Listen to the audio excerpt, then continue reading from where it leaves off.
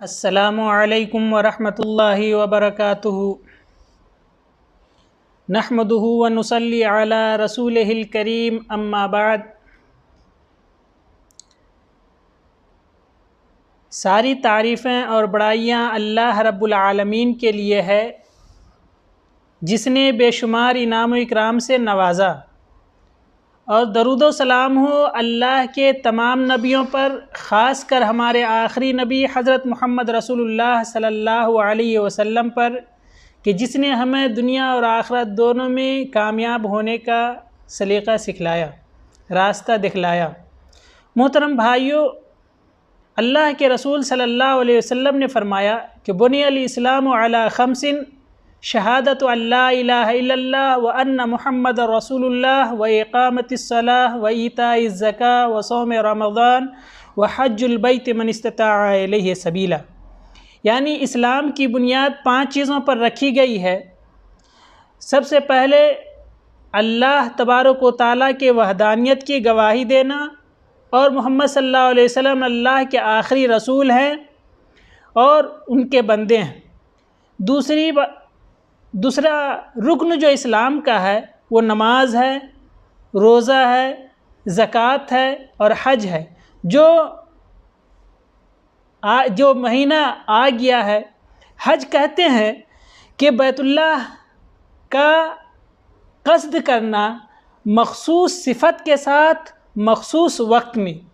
محترم بھائیو، اس کے بہت زیادہ فائدہ ہے۔ اگر آپ غور کریں حج کے اندر تو آپ دیکھیں گے کہ اس سے ہمیں بہت زیادہ سبق ملتا ہے۔ جب حاجی لوگ احرام پہنتے ہیں، اس وقت اس کی نیت خالص ہوتی ہے کہ ہم اللہ کے راستے میں نکلے ہیں۔ مال کے ساتھ، بدن کے ساتھ اور پریشانیاں آتی ہیں، مشقت جھیلتے ہیں۔ اس سے یہ درس ملتا ہے کہ ہمیں اس راستے میں صبر کرنا چاہیے۔ یعنی اگر زندگی میں کوئی پریشانی آئے، کوئی مصیبت آئے، اللہ کے راستے میں اللہ کی عبادت کرتے ہوئے یا اللہ کی عبادت کرنے کے لیے، تو ہم اس پر صبر سے کام لیں اور ہم اس کے اندر صبر کریں۔ دوسری چیز، جب حاجی لوگ تلبیہ پکارتے ہیں، آپ اس تلبیہ کے اندر غور کریں کہ ہم کیا کہتے ہیں، حاجی لوگ کیا پکارتے ہیں۔ یعنی اس کے اندر بھی اللہ تبارک و تعالیٰ کی وحدانیت، اللہ تبارک و تعالیٰ کی بڑائی اور ساری قدرت اللہ تبارک و تعالیٰ ہی کے پاس ہے۔ اس کے علاوہ کوئی عبادت کے لائق نہیں، اس سے بڑا کوئی نہیں، ساری دنیا کو وہی چلاتا ہے، ساری طاقتیں انہی کے پاس ہے۔ محترم بھائیو، یعنی ہم یہ اقرار کرتے ہیں کہ اللہ کے علاوہ کوئی معبود برحق نہیں، اللہ ہی تبارک و تعالیٰ معبود برحق ہے۔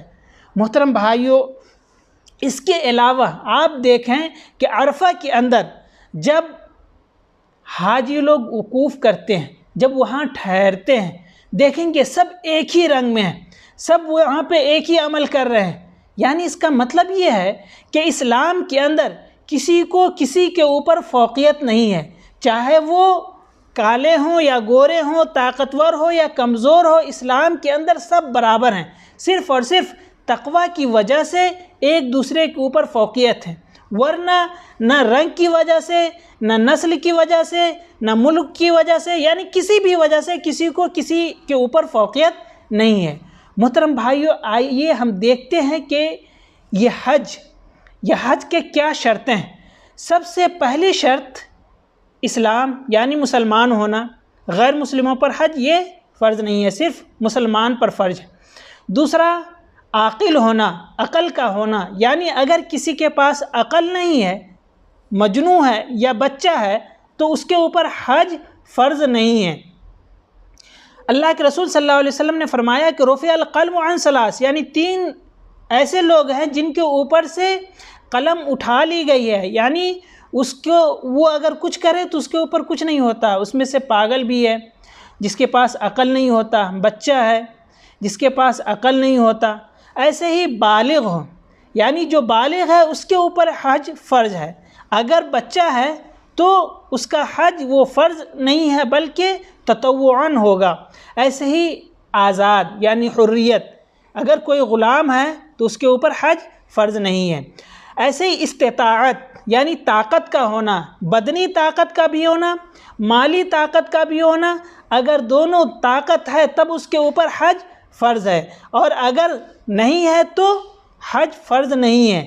یعنی اگر بدنی طاقت نہیں ہے یا مالی طاقت نہیں ہے، دونوں میں سے کوئی ایک طاقت نہیں ہے تو پھر حج اس کے اوپر فرض نہیں ہے۔ ایسے ہی اگر عورت ہے تو اس کے لیے محرم کا بھی ہونا شرط ہے۔ حج کے 4 ارکان ہیں۔ سب سے پہلا احرام پہننا، بغیر احرام کے حج نہیں ہو سکتا۔ دوسرا عرفہ کے اندر وقوف کرنا۔ تیسرا طواف افاضہ کرنا، جس کو ہم طواف زیارت بھی کہتے ہیں۔ ایسے ہی چوتھی شرط سعی کرنا، صفا مروہ کی سعی کرنا۔ یہ 4 ارکان ہیں، یعنی احرام پہننا، عرفہ میں وقوف کرنا، طواف افاضہ کرنا اور صفا مروہ کی سعی کرنا۔ ایسے ہی 7 واجبات ہیں۔ سب سے پہلا کیا ہے کہ میقات سے احرام پہننا، یہ واجبات میں سے آتا ہے۔ عرفہ میں غروب آفتاب تک ٹھہرنا، یہ واجبات میں سے آتا ہے۔ تیسری چیز مزدلفہ کے اندر مبیت کرنا، مزدلفہ کے اندر رات گزارنا۔ چوتھا واجبات میں سے کیا آتا ہے کہ منی کے اندر ایام تشریق میں مبیت کرنا، اور اس کے بعد 5واں جو ہے ترتیب سے رمی جمار کرنا، اور 6ٹھا حلق یا تقصیر کرنا۔ اور ایسے ہی عورت اگر ہے تو وہ حلق نہیں کرائے گی، بلکہ اپنے بال کو تھوڑا سا کاٹ لے گی، 1 انچ کے برابر یا اس طرح۔ اور 7واں کیا ہے کہ طواف وداع کرنا، جس کو ہم آخری طواف کہتے ہیں، یعنی جاتے وقت تک۔ اور ایسے ہی حج تمتع اور حج قران کرنے والوں کے لیے ہدی ذبح کرنا ہے۔ رکن اگر چھوٹ جائے تو حج نہیں ہوگا، یعنی رکن، یہ 4 جو رکن میں نے بتایا، ان میں سے ایک بھی چھوٹ جائے تو اس کا حج نہیں ہوگا۔ اور اگر واجبات چھوٹ جائے، جو حج کے واجبات میں نے گنائے ہیں 7، اگر وہ چھوٹ جائے تو حج ہو جائے گا، مگر اس کو دم دینا پڑے گا۔ اور اگر سنت چھوٹ جائے تو اس کے اوپر کوئی چیز نہیں ہے۔ محترم بھائیو، یہ حج کے ارکان اور واجبات اور یہ شرطیں تھیں۔ ایسے ہی آپ دیکھیں کہ حج عام طور سے جو کرتے ہیں وہ حج تمتع کرتے ہیں، لیکن حج کی 3 قسمیں ہوتی ہیں۔ سب سے پہلے تمتع، یعنی جب میقات سے احرام باندھتا ہے تو وہ پہلے عمرے کا احرام باندھے گا، پھر 8 تاریخ کو وہ حج کا احرام باندھے گا۔ ایسے ہی اگر حج قران کرتا ہے تو وہ میقات سے عمرہ اور حج دونوں کا احرام باندھے گا، اور اس طرح کہے گا کہ لبیک عمرتن و حجن، اور اپنے احرام ہی کی حالت میں وہ رہے گا۔ حج افراد یہ ہے کہ جو حاجی حج افراد کی نیت کریں گے وہ میقات سے احرام پہن کر کے اس طرح نیت کریں گے کہ لبیک حجن، یعنی صرف وہ حجی کا عمرہ احرام باندھے گا۔ محترم بھائیو، تو یہ مختصر سی تھی حج کے متعلق، حج کے ارکان شروط کے متعلق۔